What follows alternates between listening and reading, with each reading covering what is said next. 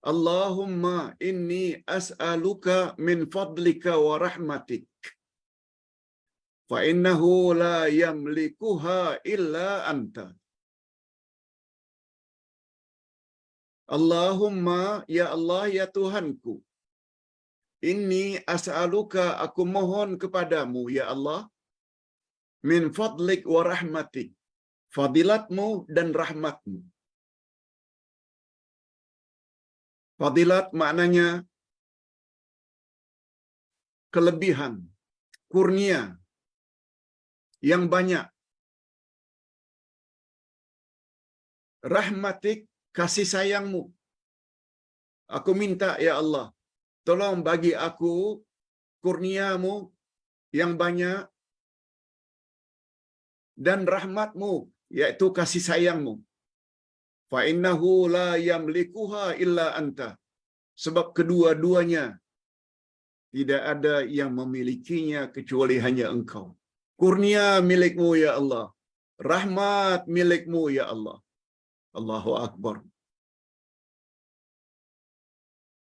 Dan sebabnya Abdullah bin Mas'ud berkata, adalah Rasulullah berdoa, ya Allah, sesungguhnya aku memohon kepadamu sebahagian daripada kurniamu.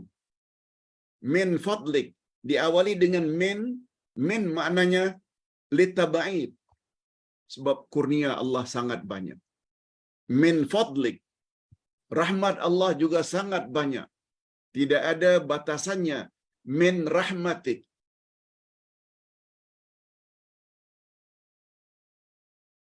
Hadirin dan hadirat rahimakumullah. Kemudian kita membuat satu pengakuan. Sama ada fadilat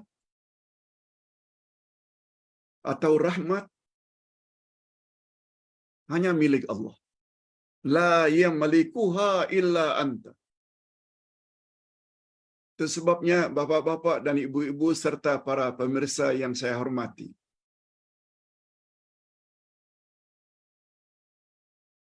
Apabila kita pergi ke surau atau ke masjid,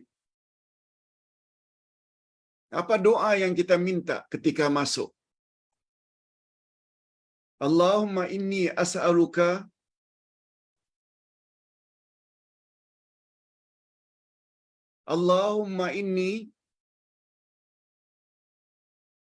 Allahumma aftahli abwaaba rahmatik. Ya Allah, bukakanlah untukku segala pintu rahmatmu. Kita minta rahmat. Ketika balik dari masjid, ketika akan keluar pintu masjid, kita minta fadilat. Allahumma aftahli abwaaba fadlik.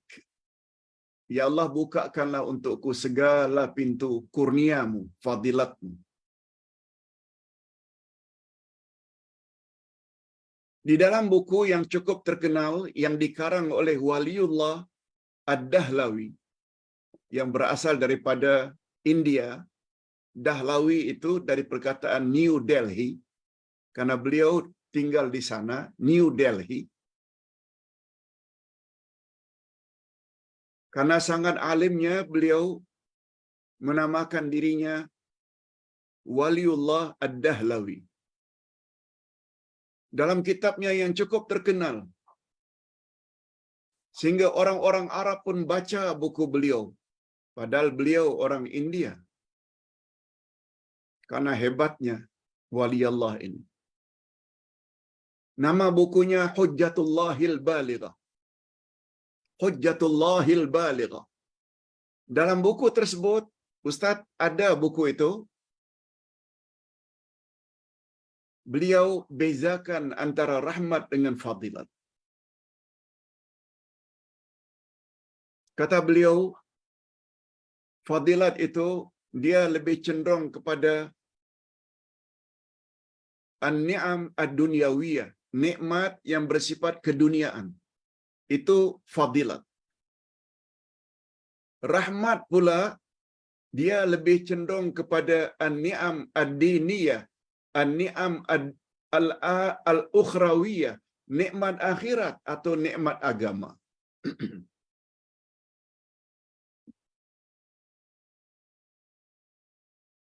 Mengapa minta rahmat bila masuk masjid? Betul tak bila kita masuk masjid yang kita minta rahmat, iaitu ganjaran pahala yang besar dari sisi Allah.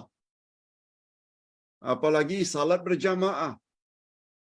Banyak ganjaran yang akan kita dapat di akhirat nanti, di akhirat. Bukan di sini. Kita baca Quran, kita berwirid, kita berzikir, salat berjamaah. Semuanya itu rahmat. Sedangkan ketika akan keluar minta fadilat, Allahumma aftahli abwaaba fadlik. Ya Allah, bukakanlah untukku pintu-pintu fadilatmu. Fadilat maknanya nikmat yang bersifat keduniaan. Sebab bila kita keluar surau atau masjid, kita hendak bawa taksi. Kalau dia driver taksi, dia hendak bawa Grab, Lalamove, dia hendak balik rumah untuk makan, jumpa isteri, jumpa anak.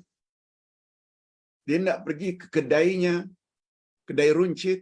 Semuanya itu adalah keduniaan. Itu sebabnya ketika keluar masjid, kita minta fadilat. Allahu Akbar. Cantik. Itu sebabnya bila kita balik kepada doa ini, Allahumma inni as'aluka min fadlik wa rahmatik. Ya Allah, aku mohon kepadamu fadilatmu, yaitu kurnia yang bersifat keduniaan. Wa rahmatik, dan rahmatmu yang bersifat keakhiratan. Itu sebabnya, kalau kita ingin bahagia di alam barzakh dan di alam akhirat, kita mesti ikut Nabi Muhammad sallallahu alaihi wasallam. Semua kita tahu ada ayat Quran yang berbunyi tentang Nabi Muhammad sallallahu alaihi wasallam. Apa kata Allah? Wa ma arsalnaka, kami tidak utus engkau wahai Muhammad illa rahmatan lil alamin, kecuali sebagai pembawa rahmat untuk seluruh alam. Mengapa rahmat bukan fadilat? Karena tunjuk ajar Nabi Muhammad sallallahu alaihi wasallam, dia lebih banyak menguntungkan kita di akhirat nanti setelah kita mati. Rahmatan lil alamin, bukan fadilatan. Bukan, tapi rahmatan. Oleh sebab itu, ingin bahagia di alam barzakh, ingin bahagia di alam akhirat, ikut ajaran Nabi Muhammad menjadi syarat utama. Itu sebabnya syarat amal yang diterima dua bagi orang Islam. Pertama, ikhlas lillahi ta'ala, tidak boleh riya, tidak boleh syirik. Yang kedua, ittiba'ur rasul, ikut cara Nabi Muhammad sallallahu alaihi wasallam.